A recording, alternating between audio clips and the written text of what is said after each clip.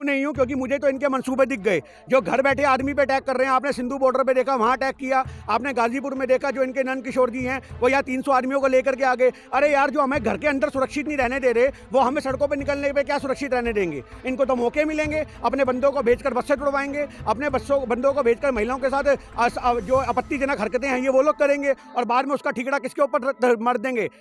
किसानों के ऊपर। कि आज जन जन के लोगों को यहाँ उतरना पड़ेगा और सड़कों पर बैठना पड़ेगा। जो लोग किसान नहीं हैं, आज वो लोग भी धरती पे आएं, सड़कों पे चक्के जाम करें, पर वो चक्के जाम की इन्फॉर्मेशन इनको पहले ना दें, क्योंकि वो इन्फॉर्मेशन अगर पहले दी तो ये फिर दंगे करवा देंगे।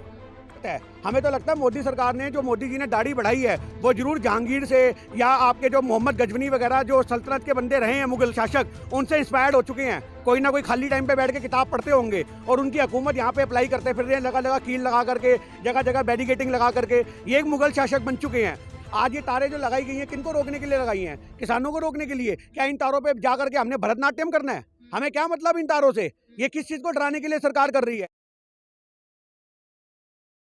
जी, हम तो ये कहते हैं, मोदी जी फोन कॉल क्यों करना चाहते हैं? मोदी जी क्यों चाहते हैं हमसे मीटिंग करना? लगातार मोदी जी की जो सरकार के लोग हैं, वो हमें खालिस्तानी आतंकवादी बताते आए हैं। हम तो मोदी सरकार के ऊपर सवाल खड़े करते हैं कि आज तक जो तुमने 10 मीटिंगें करी, क्या वो आतंकवादियों से करी? अगर आप आतंकवादियों के साथ बैठ करके चाय पी रहे हो, नाश्ता कर रहे हो, लंच कर रहे हो, तो आप लोग भी तो आतंकवादी हो गए। और मोदी सरकार क्या कह रही है कि आप, मैं आपको फोन नंबर दे रही हूं, हमसे फोन कॉल की दूरी की बात। यानी कि मोदी सरकार कहीं ना कहीं मानती है ना कि हम लोग किसान हैं। तो ये डबल एजेंडा क्यों? ये दोहरी रणनीति क्यों? ये दोहरी राजनीति क्यों? एक तरफ तुम कह रहे हो खालिस्तानी है, एक तरफ कह रहे हो आतंकवादी है, दूसरी तरफ तुम कह रहे हो कि तुम किसानों आओ और हमसे मीटिंग करो। आज अगर एक चीज रखो ना, अगर हम खालिस्तानी हैं तो फोर्स भेजो और उठवाओ हमें, और अगर हम किसान हैं तो अपने मीडिया, जो नेशनल मीडिया है, उसके ऊपर से एजेंडा हटाओ अपना, कि हमें जो खालिस्तान का टैग देती फिर रही है। तो इसी चीज से लोगों को समझने की जरूरत है कि सरकार जो है वो खालिस्तान का एक एजेंडा चला रही है। एक्चुअल में यहाँ किसान बैठे हैं, और जो आपने कहा कि मुट्ठी पर किसान है, आपने देखा होगा कितनी ट्रैक्टर ट्रालियां आ रखी हैं, उनको रोकने के लिए फेंसिंग कर दी गई। जो इतनी मजबूत इन्होंने फेंसिंग की हुई है, इतनी तो चाइना बॉर्डर पे करते तो आज माहौल वहाँ का कुछ और होता। अरुणाचल प्रदेश की जमीन हमारी ना हड़पी जाती। आज लद्दाख पे हमारे सिख भाई जो मारे गए, 22 जवान शहीद हुए, वो जवान शहीद ना होते। इतनी फोर्स तुम वहाँ दिखाते ना। आज हम यहाँ खड़े हैं, हमें यहाँ खड़े होकर ऐसा लग रहा है कि वो दूसरा देश है और हम दूसरे देश में खड़े हुए हैं।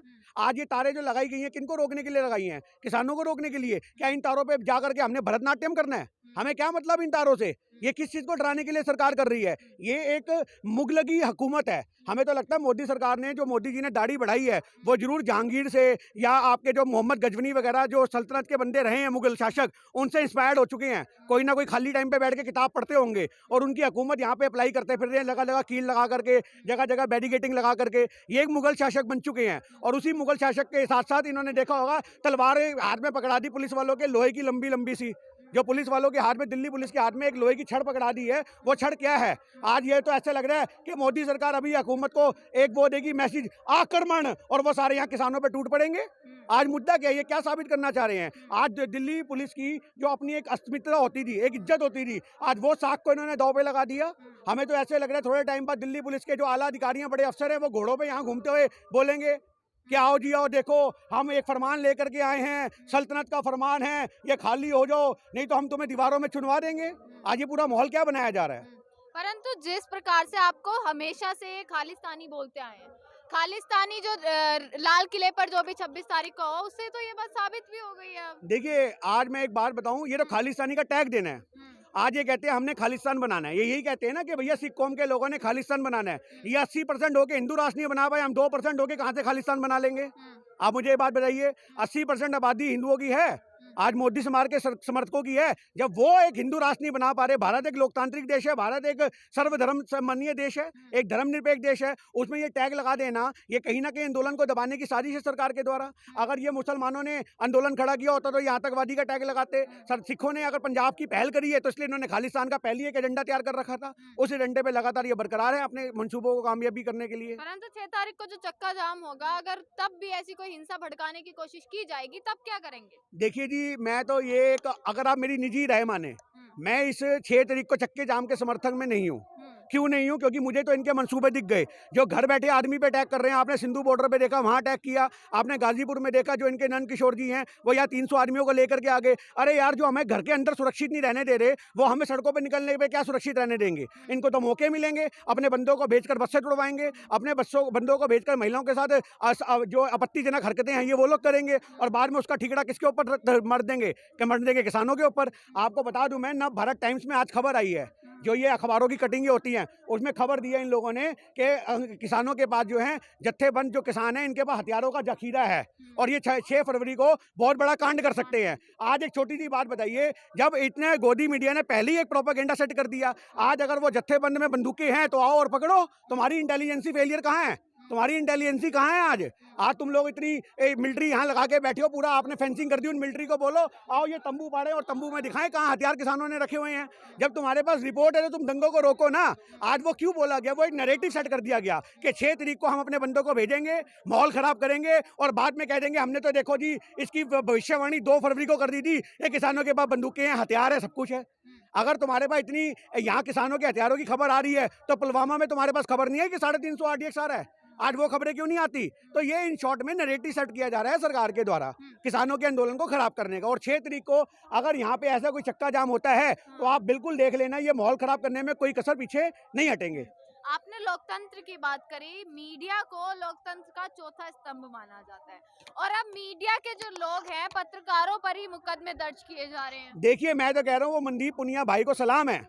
आज उस बंदे ने जो इनको चेहरे को एक्सपोज किया, उसने अमन डबास के नाम को लेके आया, सारे बंदों को उसने एक्सपोज किया, पहचाना कि ये बीजेपी के एजेंट है जिन्होंने सिंधु बॉर्डर पे हंगामा किया। आज सारी बातों की एक बात, इतना भारत का मीडिया खरीदने के बाद भी एक लोकल पत्रकार से आपको डर है। ये डर हमें अच्छा लगा मोदी साहब, ये डर हमें अच्छा लगा। आज मोदी सरकार कहीं ना कहीं डरी हुई है, जो एक लोकल पत्रकार को उठाती है। आज ये पत्रकार को उठा रही है, कल वक्ताओं को उठाएगी, हम जैसे बंदों को उठाएगी। मेरी बात समझ रहे हो? बात आज जब एक सरकारें आम आदमी से डरने लग जाएं, तो आप समझ लो कि तानाशाही उनकी लंबी नहीं चलने वाली। आज हुकूमत में हड़बड़ा करके वो सारे फैसले गलत पे गलत लेते जा रहे हैं। इनके बजट के ऊपर भी जो कल आई हैं नीतियाँ, हम तो उसके भी खिलाफ हैं। जो इन्होंने बजट बनाया उसमें LIC को इन्होंने प्राइवेटाइजेशन हाथों में बेच दिया, 74% उसकी हिस्सेदारी खत्म कर दी। आज जो एक LIC का एक आपको पता होगा टैग लाइन थी कि जिंदगी के साथ भी जिंदगी के बाद भी, ऐसे ही मोदी सरकार के माथे पे जो कलंक है ना, वो जिंदगी के साथ भी जिंदगी के बाद भी रहेगा।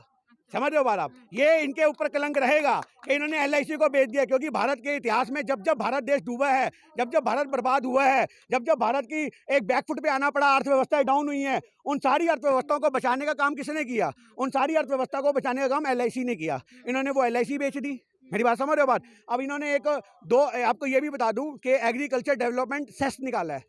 एग्रीकल्चर डेवलपमेंट सेस के तहत ये पेट्रोल को 2.5 रुपये लीटर बढ़ा रहे हैं और डीजल को 4 रुपये लीटर बढ़ा रहे हैं, और ये कह रहे हैं उससे जो कलेक्शन होगी वो हम किसानों के फेवर में काम करेंगे। यानी कि एग्रीकल्चर की डेवलपमेंट के लिए पैसा खर्च करेंगे, जो वहाँ से एग्रीकल्चर सेस के रूप में पैसा इकट्ठा किया जाएगा। अब ये भी गरीब आदमी पे मार है। मेरी बात समझ रहे हो बात? आज क्या है, आज इन्होंने जो एक प्रावधान बना रखे हैं वो किसानों को दबाने की हैं। किसानों के पक्ष में तो कोई प्लान नहीं बनाया। क्या आज इन्होंने पूरा भारत बेच दिया, आपको दिख रहा होगा। मैं उसके ऊपर भी 4 बात कहना चाहता हूँ, अगर आप कहें तो। आज मोदी सरकार कहती है कि लोग कहते हैं कि मोदी सरकार ने देश बेच दिया। लगातार ये सवाल मीडिया में उठते रहते हैं, सब भाई लोग कहते हैं मोदी सरकार ने देश बेच दिया। मैं उस पर यह कहना चाहता हूँ, जिस इंसान ने ज़मीर बेच दिया, जिस इंसान ने ईमान बेच दिया, जिस इंसान ने अडवाणी जी जैसे वरिष्ठ नेता का सम्मान बेच दिया, जिसने शादी के बंधन का धागा बेच दिया, समझ रहे हो बात? आज उस आदमी से उम्मीद कर रहे हो वो देश नहीं बेचेगा? जिसने पूरे धर्म को बेच दिया, व्यापार बढ़ा दिया, तो ऐसे आदमी से हम क्या उम्मीद कर सकते हैं? जिसका जमीर मर गया, जमीर बेचने वाला आदमी देश को क्या समझेगा? तो देश बेचना तो बड़ी मामूली